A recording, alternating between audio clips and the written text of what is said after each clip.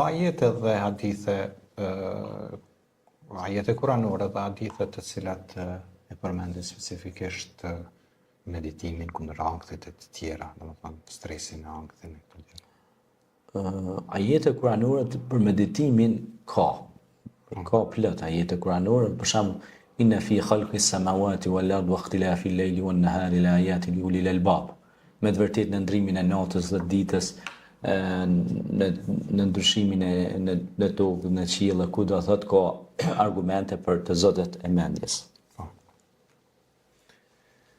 Pra ka argumente për gjithçka.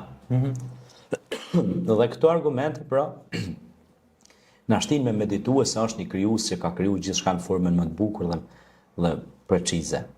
Dhe ai është shpikësi dhe formuluesi, Allahu te barekoteala.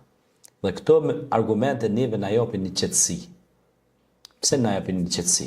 Na japin qetësi dhe siguri, sepse në të njëjtën kohë ne ndjehemi komod dhe të sigurt se pas ka dikush që po kujdes ka për këtë kozmos.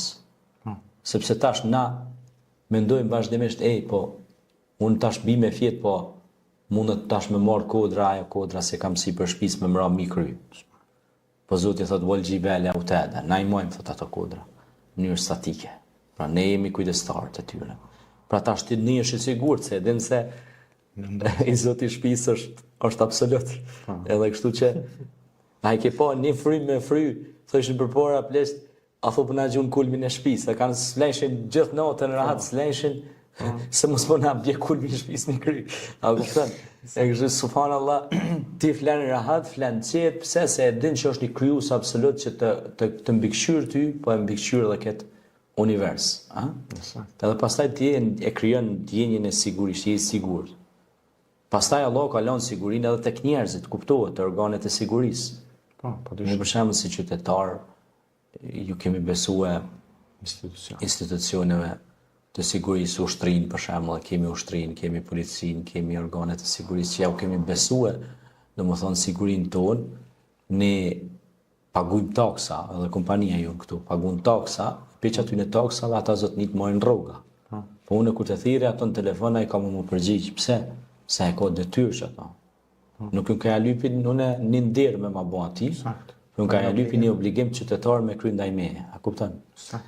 Për shkak se unë pe taksave të mia ose pe taksave tona, si jemi taksa pagues qytetar, si qytetar, pra ai duhet të jetë i obliguar dhe është i obliguar për më na kriju sigurinë aspektin toksor, po flas, çka e punë mbulon.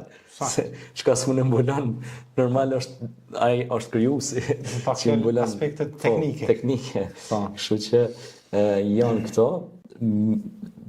Pastaj pra ka jetë se nurihim ayatina fil afaqi wa fi anfusihim hatta yatabayana annahum annahu al-haq.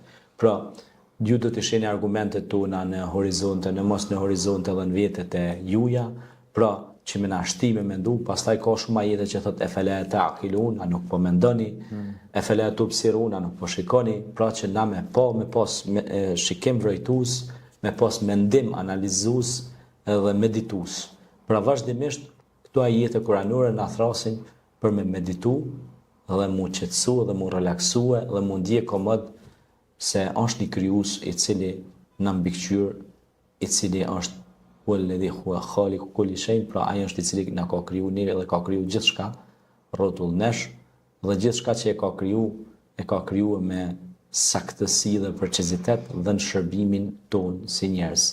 Ai është edhe Malikin Nas, Zoti i njerëzve, i cili ka kriju njerëzit edhe pra ne si njerëzit drejtohemi atij, pastaj ka edhe shumë ajete që ne kërkojmë mbrojtje, pra që Allah na mbroj nga njerëzit e ligë, pra që është ilahin nas, min sharril waswasil khannas, min arruti sherrit njerëzve që janë sharrxhi, janë dëmtues fatkeqësisht, wa kanu shayatin min al-jinn wal-ins, pra janë shejtan që flarë për gjinëve dhe për njerëzve, si thomë në nguca keq.